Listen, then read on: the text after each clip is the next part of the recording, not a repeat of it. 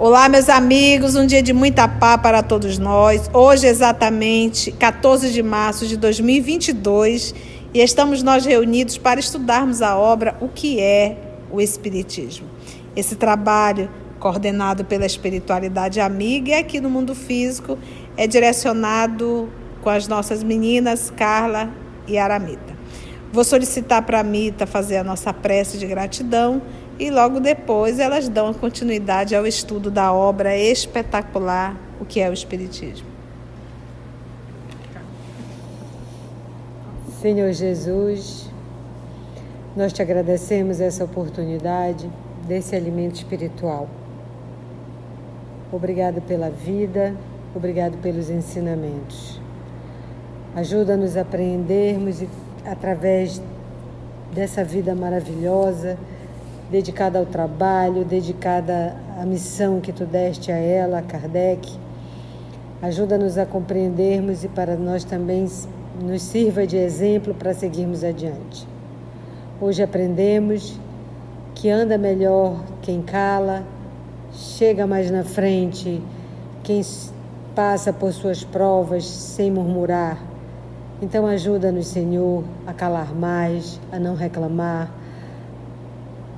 a não murmurar porque murmuramos demais.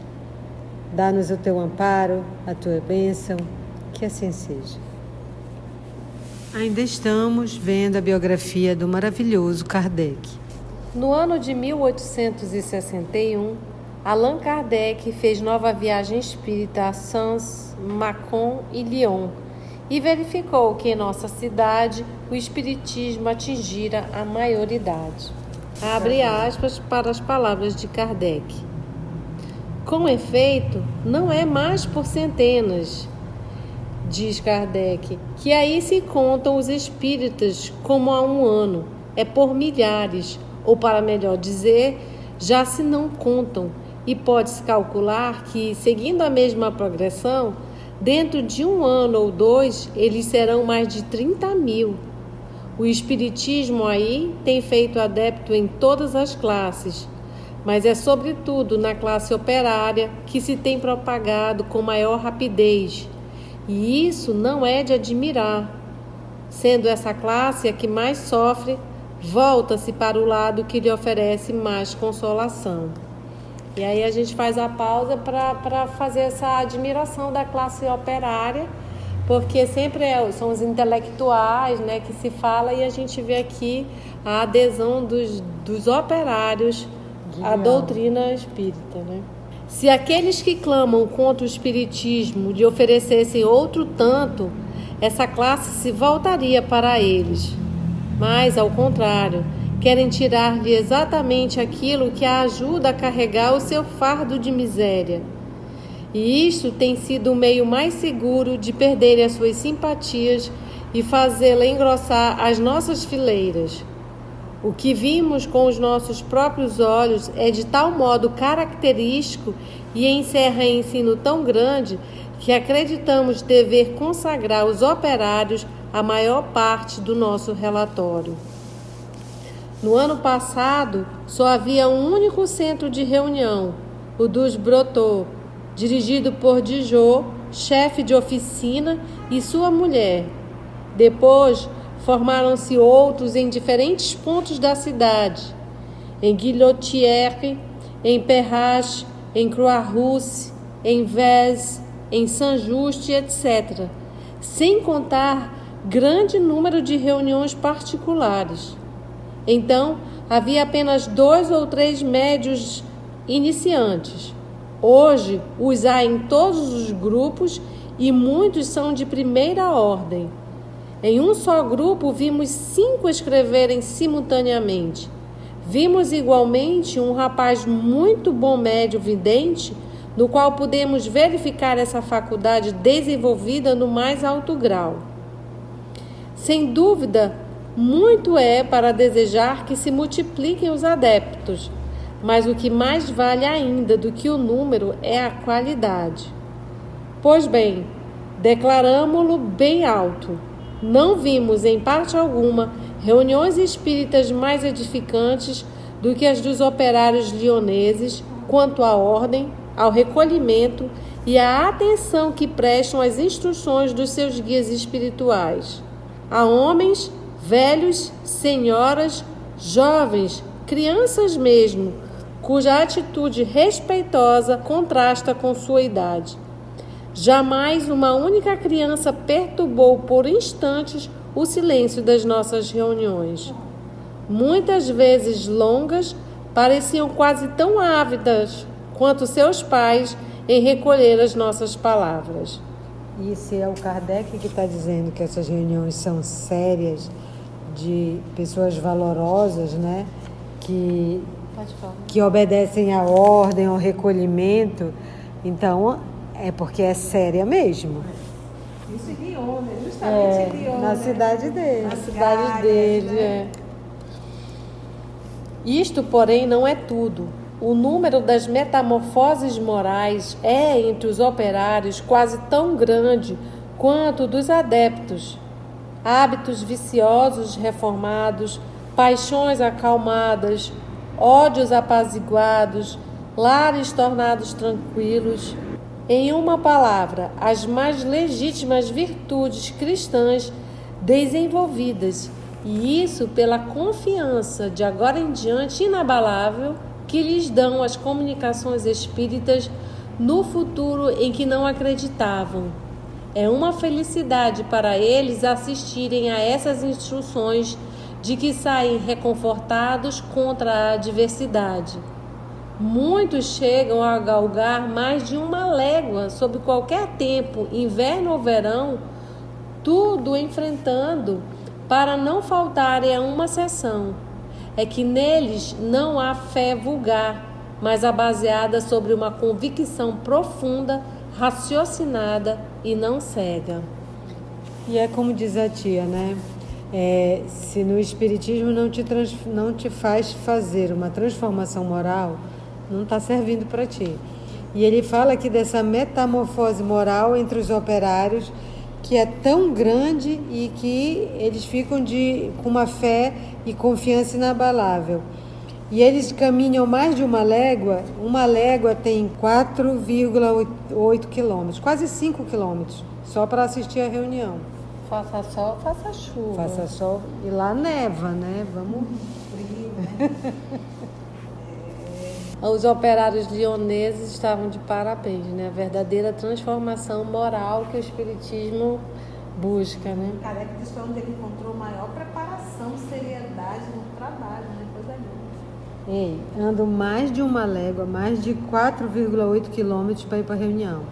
A gente não vai nem por virtual. Nem por virtual, é verdade. Né? Nem por virtual, é verdade.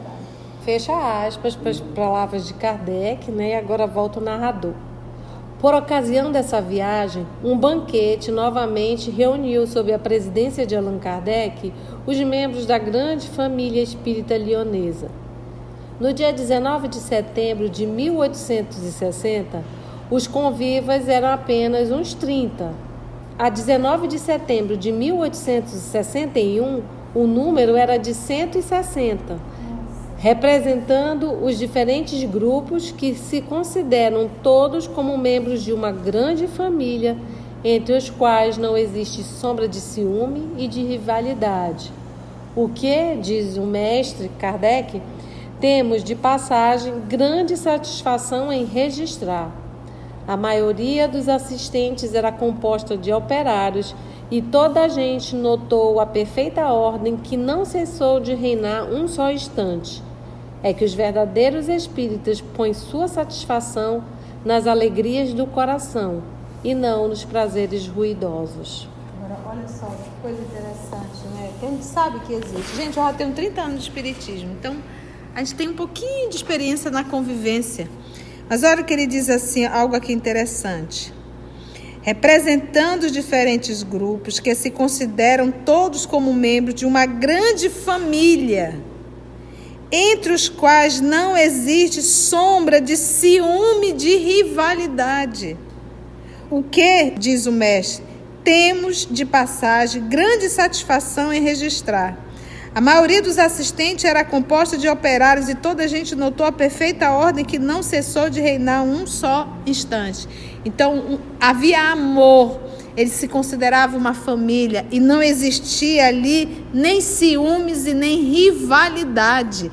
A gente tem muita rivalidade, é um absurdo, mas no nosso movimento o povo fica irritado se a tua sala está lotada, se teu grupo é isso, se o teu grupo é grande. É impressionante, as pessoas veem como se nós fôssemos rivais, concorrentes. Aí a gente entende por que não vai para frente, né?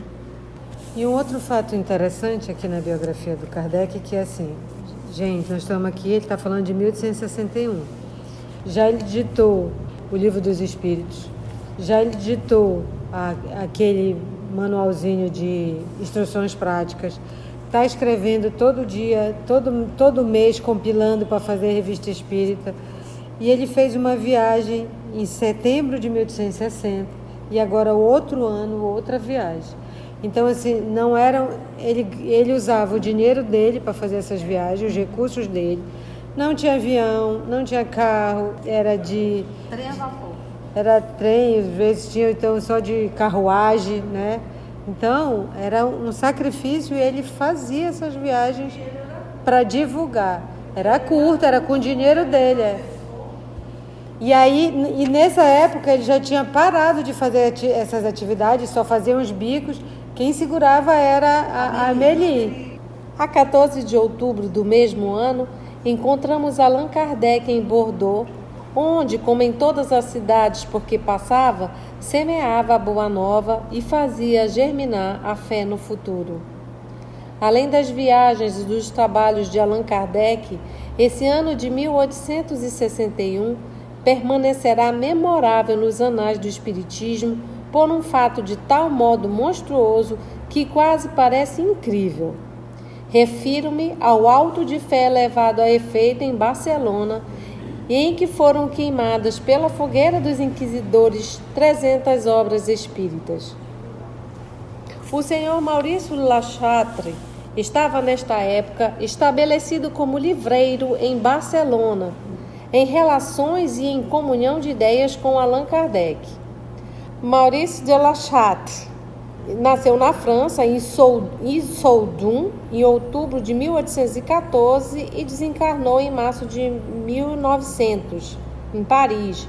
Foi um influente e importante intelectual, editor e escritor francês e publicou o Dicionário Universal Ilustrado, pelo qual foi condenado a 6 anos de prisão, mas fugiu para a Espanha. Daí que nós vamos entender por que ele está estabelecido na Espanha.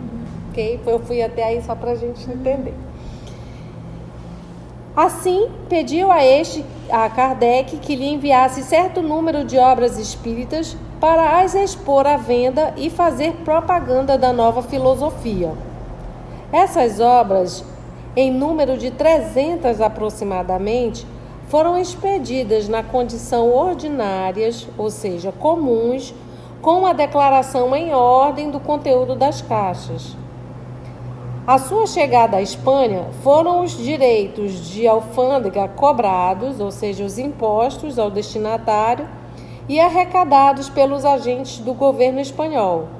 Mas a entrega das caixas não se fez. O bispo de Barcelona, tendo julgado esses livros perniciosos à fé católica, fez confiscar a expedição pelo Santo Ofício.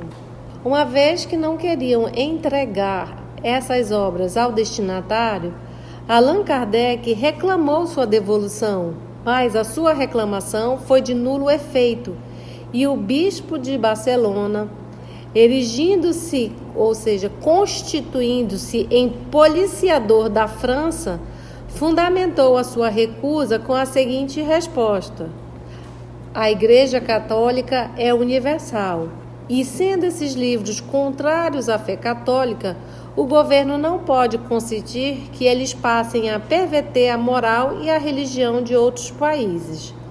Ou seja, nem na Espanha nem na França, porque não presta em qualquer lugar.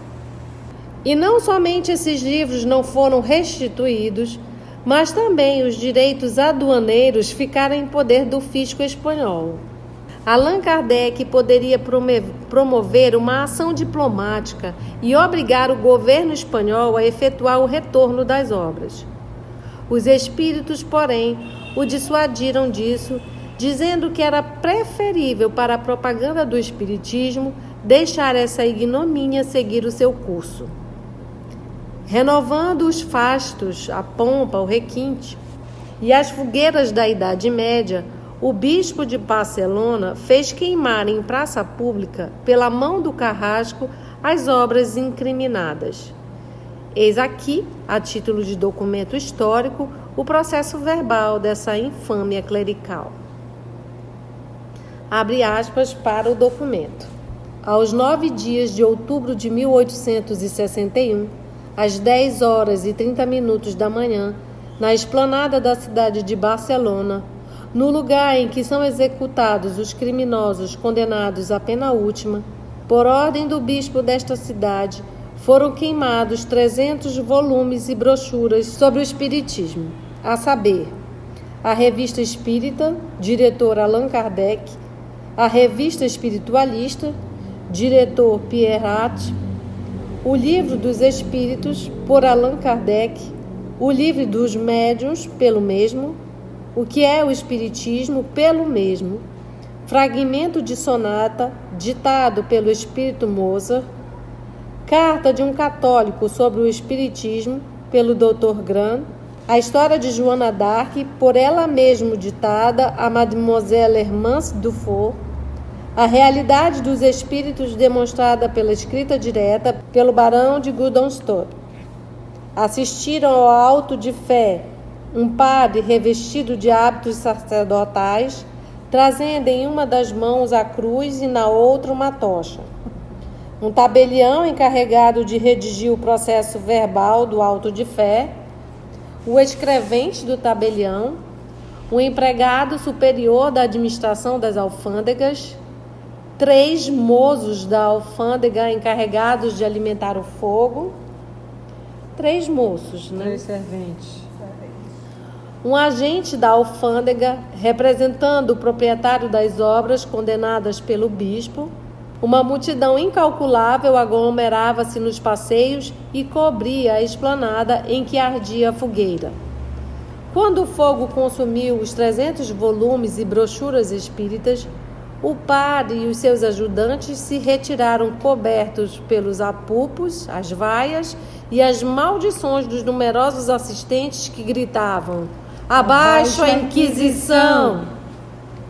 Em seguida, muitas pessoas se acercaram da fogueira e apanharam cinzas. Olha, o documento está ótimo, muito bem redigido do tabelião. Assim sabemos as obras que foram queimadas e as que a gente tem que correr atrás para ler, porque tudo que é proibido é bom. Seria diminuir o horror de tais atos acompanhá-los com a narrativa dos comentários. Constatemos somente que, ao clarão dessa fogueira, o espiritismo tomou um incremento inesperado em toda a Espanha e, como haviam os espíritos previsto, conquistou aí um número incalculável de adeptos. Só podemos, pois, como fez Allan Kardec, alegrar-nos com o grande reclamo que esse ato odioso operou em favor do espiritismo. A propósito, porém, da propaganda que nós mesmos devemos fazer da nossa filosofia, nunca deveremos esquecer estes conselhos do mestre. Revista Espírita, dezembro de 1863. Abre aspas. O Espiritismo se dirige aos que não creem ou que duvidam, e não aos que têm uma fé e aos quais esta fé basta, que não diz a ninguém que renuncie às suas crenças para adotar as nossas, e nisto ele é consequente com os princípios de tolerância e de liberdade de consciência que professa. Por esse motivo, não poderíamos aprovar as tentativas feitas por certas pessoas para converter as nossas ideias o clero de qualquer comunhão. Repetiremos, pois, a todos os espíritas: acolhei prontamente os homens de boa vontade. Dai luz aos que a buscam, pois não tereis êxito com os que julgam possuí-la. Não violenteis a fé de ninguém, nem a do clero, nem a dos laicos, já que vinde semear em campo árido. Ponde a luz em evidência, a fim de que a vejam os que quiserem ver. Mostrai os frutos da árvore e dai a comer aos que têm fome, e não aos que se dizem fartos. Estes conselhos, como todos os de Allan Kardec, são claros, simples e, sobretudo, práticos. Cumpre que deles nos recordemos e os aproveitemos oportunamente. Então, esses conselhos do Kardec são oportunos para nós até hoje. Primeiro que ele diz, né? O Espiritismo se dirige não aos que creem, aos que não creem ou duvidem. Porque quem crê, quem já tem a sua fé, quem já tem a sua religião, a sua crença, não é para você querer convencer. Ele diz, não adianta você fazer isso. E ele diz, e os que não têm fé, e quem essa fé é suficiente, ele não diz a ninguém que renuncie suas crenças para adotar as nossas. Não é isso, não é esse o objetivo. O objetivo do Espiritismo não é formar prosélitos, é que cada um tenha a sua fé raciocinada, use, né, o seu raciocínio, a sua inteligência para a sua própria reforma moral, né? A sua eu gosto mais disso, a sua transformação moral, né? É legal isso. E ele diz, ele diz que ninguém renuncia às suas crenças para adotar as nossas. Os princípios de tolerância, ele tem o princípio de tolerância e de liberdade da consciência que professa qualquer crença. E ele fala para as pessoas não tentar convencer o clero de qualquer comunhão. É perda de tempo. Mas ele diz para não fazer violência para ninguém, mas dar a luz para quem pedir a luz, né? Dar o conhecimento para quem busca o conhecimento, responder a quem procura. E o Allan Kardec diz, ele fala muito isso na Revista Espírita, agora de 1860 também. Se alguém que quer aprender, eu estou com a maior boa vontade. Mas se alguém quiser discutir, debater e que eu vá convencer, isso ele não faz, isso ele se cala, isso não... Ele diz que nem perde tempo com isso. É um erro nosso discutir religião. O Kardec aqui deixa bem claro que o Espiritismo ele está para quem não tem. Para quem não tem, não se identificou com nenhuma religião e se identificou com o Espiritismo. Mas para aquela pessoa que já está numa religião, que está bem, que tem sua fé, por favor, respeite. Deixe ela. Ela está bem, ela está feliz. Não tire ninguém. O nosso professor Allan Kardec nos ensinou isso. É bom senso. E, na verdade, o nosso Cristo Jesus já nos ensinou isso. Fuja das contendas. Então, não discute. Se a pessoa está bem, está bem. Agora, se a pessoa procura, te pergunta, quer saber, aí você vai ter toda a boa vontade de explicar. Mas nós temos que respeitar as pessoas que estão bem em sua religião escolhida. E ele diz aqui, né? Põe a luz em evidência e oferece a luz aos que a procuram. E é interessante que eu vejo isso, vou falar, a tia faz muito diálogo fraterno, e a pessoa não precisa ser espírita. A pessoa está procurando porque está com problema, está com dificuldade, e às vezes ela não quer ser espírita, mas ela quer ouvir uma palavra de consolo, uma palavra de uma luz. É um alívio. É um alívio, e a tia dá. Então, assim, não é para convencer ninguém.